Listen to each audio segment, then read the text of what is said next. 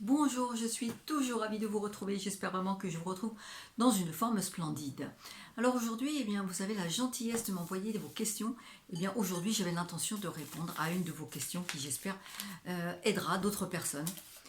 Alors, vous voyez, j'ai toujours mon pot dans lequel je pioche mes questions. Et aujourd'hui, je vais prendre la question d'Isabelle. D'Isabelle qui me dit: Je m'emporte souvent après ma fille Léa, qui a 15 ans. Je lui reproche sa façon d'être insouciante dans sa façon de s'habiller et elle m'accuse d'être injuste envers elle. J'ai peur qu'elle ait des problèmes au lycée et dans la rue. Je ne sais plus comment faire avec elle. D'accord. Bon, je te remercie beaucoup Isabelle d'avoir posé cette question. Et là, bien sûr, c'est une question de communication. Alors, comment faire? Alors, la première des choses à voir, tu nous dis que tu as peur pour elle. On comprend bien, en tant que maman, on a toujours peur. Mais il serait important de voir quelle est la peur pour toi aussi. Parce que dans une situation comme celle-là, il y a toujours une peur pour soi. Alors, vois de quoi tu aurais peur de ne pas être assez patiente, de ne pas avoir trouvé les mots qu'il faut, de ne pas l'avoir convaincue, tu as peur d'être mal jugée parce que ta fille s'habille pas comme tu voudrais. Euh, Est-ce que tu t'accuserais peut-être aussi de ne pas être la mère que tu voudrais être, de ne pas être une bonne maman, hein?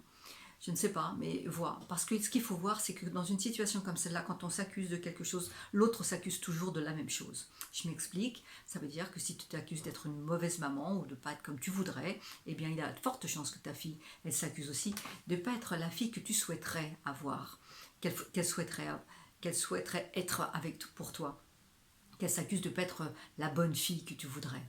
Alors ça, c'est important de le mettre à jour. Parce que après, vous allez pouvoir en reparler ensemble. Ensuite, tu me dis elle te reproche d'être injuste.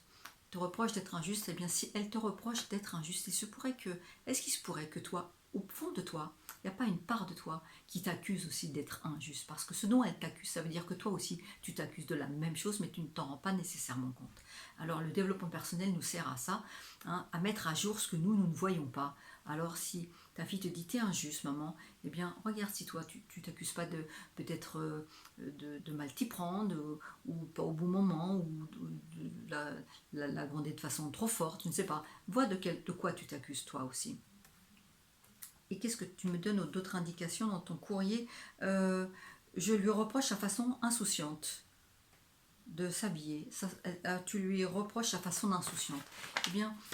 Il sera intéressant de voir si ta fille, elle aussi, ne s'accuse pas d'être insouciante par moment. Par moment. Juste par moment. Tu sais, les enfants ont un talent incroyable, c'est de révéler aussi l'adolescent que nous étions, enfants, que nous étions plus jeunes. Et que ta fille, elle doit réveiller aussi les peurs que tu avais, toi, quand tu étais plus jeune. Alors, comment faire? C'est d'avoir une conversation avec elle, mais pas une conversation sur le mode agressif ou sur le mode reproche, qui nous emmène jamais à rien. C'est où on est en réaction. Moi, je t'invite à avoir une conversation avec elle où tu vas lui parler de toi d'abord, lui parler de ce que tu ressens, de comment tu te sens dans cette situation qui est très inconfortable. De lui dire déjà que, bien sûr, elle le sait certainement, mais que tu l'aimes beaucoup et que dans cette situation, des fois, tu t'emportes, tu te sens pas à l'aise avec ce désaccord que vous avez toutes les deux, et d'abord de lui parler de ta peur. Ta peur t'as peur peut-être de ne pas trouver les mots qu'il faut et de ne pas être la mère que tu voudrais être. Et, et qu'on n'a pas appris toujours à être maman. Et simplement de lui ouvrir ton cœur en lui disant: voilà, est-ce que je suis la bonne mère parce que je ne trouve pas toujours les mots, parce qu'on ne se comprend pas et que tu as peur des fois de ne pas être la bonne mère. Et demande-lui à cette occasion aussi, ça pourrait lui arriver à elle aussi, de ne pas toujours être. Si elle n'aurait pas peur par moment de ne pas être la bonne fille pour toi, de ne pas correspondre à tes critères, et que ça ferait partie de ses peurs. Et quand on ouvre son cœur de cette façon-là, même si l'autre ne nous répond pas toujours, il peut avoir dans le langage non verbal, on peut tourner la tête. Souvent, moi, j'ai eu des conversations comme ça avec mon fils, et on était en voiture. D'ailleurs, à ce sujet-là, c'est un très bon endroit, la voiture, pour avoir des conversations comme ça. Parce que d'abord, on ne peut pas partir, et puis ensuite, quand on parle avec son cœur, on peut être pris par l'émotion. Et j'ai vu mon fils par moment, il tournait la tête parce qu'il ne voulait pas voir qu'il avait de l'émotion, justement.